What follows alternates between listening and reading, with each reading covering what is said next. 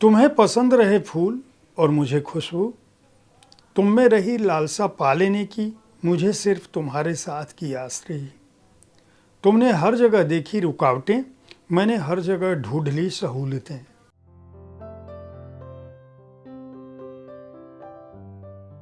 नमस्कार, साहित्य तक के बुक कैफे के एक दिन एक किताब कार्यक्रम में मैं जयप्रकाश पांडे आपका स्वागत करता हूं। आज शुक्रवार है और वादे के मुताबिक मैं एक कविता संग्रह के साथ उपस्थित हूं जिसका नाम है स्त्री क्यों डरती है। इसकी रचनाकार हैं संतोषी बघेल। संतोषी बघेल जो है वो छत्तीसगढ़ शिक्षा विभाग में अंग्रेजी की व्याख्याता हैं। प्रेम और विरह उनकी रचनाओं का मुख्य स्वर है और इस कविता संग्रह में भी उनकी इन्हीं विचारों की अभिव्यक्ति होती है। हालांकि इस संग्रह के शीर्षक से लगता है कि ये स्त्री विमर्श की कविताएं हैं, लेकिन स्त्री विमर्श में भी प्रेम ही मूल तत्व है संतोषी बघेल का। हालांकि उन्होंने इस संग्रह को 3 अध्यायों में बांटा है। पहले अध्याय में स्त्री विमर्श की कविताएं हैं जिनमें कुल 11 कविताएं हैं। द्वितीय अध्याय में प्रेम और सरोकार की कविताएं हैं जो कुल 26 कविताएं हैं और तीसरे अध्याय में तृतीय अध्याय में विरह की कविताएं हैं जो कुल 35 कविताएं हैं। लेकिन जैसा कि मैंने बताया कि मूल स्वर जो है वह प्रेम, कहीं भी चाहे वह स्त्री विमर्श की भी बात हो तो प्रेम ही मूल तत्व है। और संतोषी बघेल क्या कुछ रचती हैं, जैसा कि आप जानते हैं मैं अलग से कविता संग्रहों पर राय रखने की बजाय सीधे कविताएं पढ़ता हूं, तो आप देखें कि संतोषी बघेल क्या कुछ लिखती हैं और इस संग्रह में उनकी कैसी कविताएं संग्रहित हैं। तीनों अध्यायों से मैं पहले 2 अध्याय से एक एक कविताएं पढ़ूंगा और आखिरी अध्याय जो विरह का है उससे 2 कविताएं पढ़ूंगा। पहली जो कविता मैं पढ़ रहा हूँ, केवल देह ही रही स्त्री, केवल देह ही रही स्त्री इसका शीर्षक है। संग्रह का नाम है स्त्री क्यों डरती है। रचनाकार हैं संतोषी बघेल। अक्सर शब्द मायने खो देते हैं, बन जाते हैं रूढ़। जिन दिनों मैंने बस पढ़ना शुरू किया था या शायद थोड़ी समझदारी हुई थी, ठीक उन्हीं दिनों पहले पहल बलात्कार शब्द गूंजा था जेहन में। कौतूहल हुई थी पर उन दिनों नहीं था इतना खुलापन, न आज सा सब कुछ उपलब्ध था कहीं।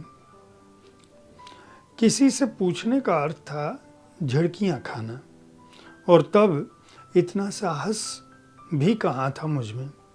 बस इसमें अमूक पीड़िता पढ़कर कहीं मन सब समझने लगा था और साथ ही एक भय भी उगता जा रहा था मेरे अंदर। उस भय को पोषित करने में समाज ने कितनी महती भूमिका निभाई थी। वर्जित विषयों की तरह होते थे तब ये बलात्कार जैसे शब्द, और उन्हीं विषमताओं में हमने अपना किशोर वय जिया था। रच बस गई हैं उन दिनों की विषमताएं मुझ में, और आज भी वो डर मुझ में सांसें ले रहा है। ये शब्द जब जिस रूप में मेरे समक्ष आता है मैं कांप जाती हूँ। ताश के पत्तों की तरह मेरा साहस ढह जाता है। ये शब्द केवल शब्द नहीं है, एक क्रूर अट्टहास है समूचे पुरुष वर्ग का।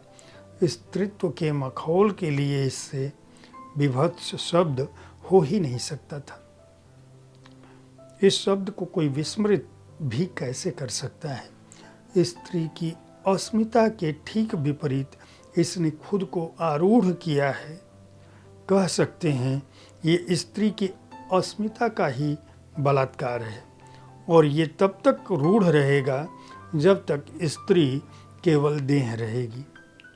शेष तब तक लोग बलात्कार के कारणों पर चर्चा परिचर्चा में रमे रहें और कहीं न कहीं कारण स्वयं स्त्री को मान अपने कर्तव्यों की इतिश्री कर दें। यही तो होता आया है ना। ये स्त्री विमर्श खंड से कविता पढ़ी थी मैंने। दूसरी कविता तुमने केवल मुझे ढूंढा इसका शीर्षक है। संग्रह है स्त्री क्यों डरती है, रचनाकार हैं संतोषी बघेल। और दूसरा खंड जो प्रेम और सरोकार का है उससे मैं ये कविता पढ़ रहा हूँ। तुमने केवल मुझे ढूंढा, तुम्हें पसंद रहे फूल और मुझे खुशबू, तुम में रही लालसा पा लेने की, मुझे सिर्फ तुम्हारे साथ की आस रही। तुमने हर जगह देखी रुकावटें, मैंने हर जगह ढूंढ ली सहूलतें। तुमने प्रेम को भी बना दिया दुरूह, मैंने उसमें शिशु सी सरलता देख ली। तुम प्रेम को पुकारते रहे, खोजते रहे उसे हर जगह, मैंने तुम्हें पा लिया और प्रेम को भी अनुभूत कर लिया। तुम्हारे लिए प्रेम सदा ही पहेली बना रहा, अलभ्य वस्तु सा तुम उसे तकते ही रह गए। मैंने आंखें बंद कर उस अलभ्य वस्तु को सदैव के लिए अब मन में संचित कर लिया। सुनो प्रिय, प्रेम को ढूंढना निरर्थक था। प्रेम का सोता तो सदैव ही मन में निःसृत होता है। तुम्हें केवल अपनी अनुभूतियों को एक ही दिशा में प्रवाहित करना था। प्रेम स्वयमेव बहने लगता प्रिय, तुमने केवल मुझे ढूंढा, प्रेम को बिल्कुल नहीं। प्रेम ढूंढते खुद में तो हम मिल जाते ना। ये दूसरी कविता है उनकी। और तीसरी कविता है स्मृतियों का स्मारक, विरह खंड से ये मैं पढ़ रहा हूँ। स्त्री क्यों डरती है संतोषी बघेल का संग्रह है। जितना प्रेम लिखा उतनी ही रिक्त रही मैं, तुम्हें देकर मेरे पास आखिर रहता भी क्या। तीव्र उत्कंठाएं और मर्मांतक पीड़ा देती स्मृतियाँ, कुछ मृत स्मृतियों के स्मारक से सूखे गुलाब, वर्षों से सहेजी प्रेम की सल्तनत सी एक चिट्ठी, जिसने न जाने कितने मौसम समेट लिए, जिसके पीले पड़ चुके पन्नों में कैद हैं प्रणय के स्वर्णिम युग की स्मृति। वे शब्द जिनके अक्षर मिट चुके हैं, किंतु एक एक शब्द को मैंने सहस्रों बार पढ़ा है। कुछ रटे हुए प्रेमालाप और साथ होने के नादान मंसूबे संग आसमान से भी ऊंची प्यार की पींगे भी। नज़रों से की गई कुछ मुलाकातें, वो रास्ते पर ठिठक कर मेरी राह देखना, वो पास आने पर यूं ही नज़रें फेर लेना और कभी अनदेखा कर यूं ही मुझे रुला देना। इन छोटी छोटी पगडंडियों से गुजर कर हम तुम पहुँचे थे प्रेम की सुखद सपाट सड़क पर। लगने लगा था कि पहुँच जाएंगे मंजिल तक इसी तरह। मगर जितनी सरलता से प्रेम हो जाता है, उतना ही दुरूह होता है किसी को पा लेना। यह सच है ना। और तुम्हें पाना केवल मेरा स्वप्न रहा।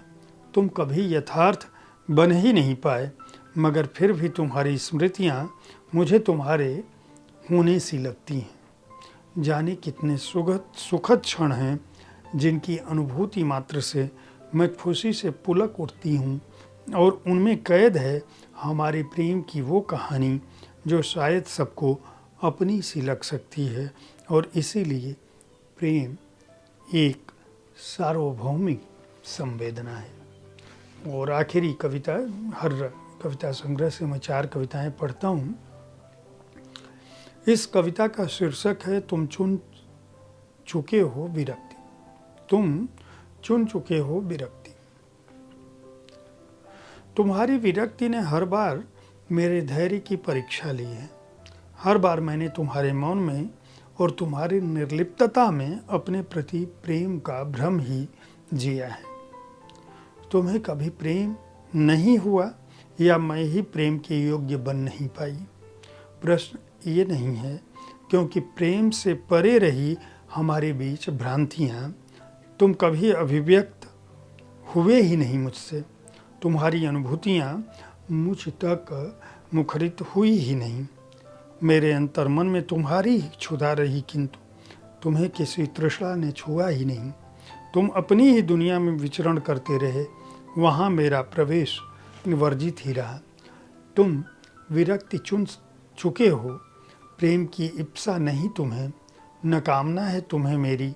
तुम प्रेम में होकर भी सदैव प्रेम से दूर ही रहे, एक आवरण में सिमटे हुए से।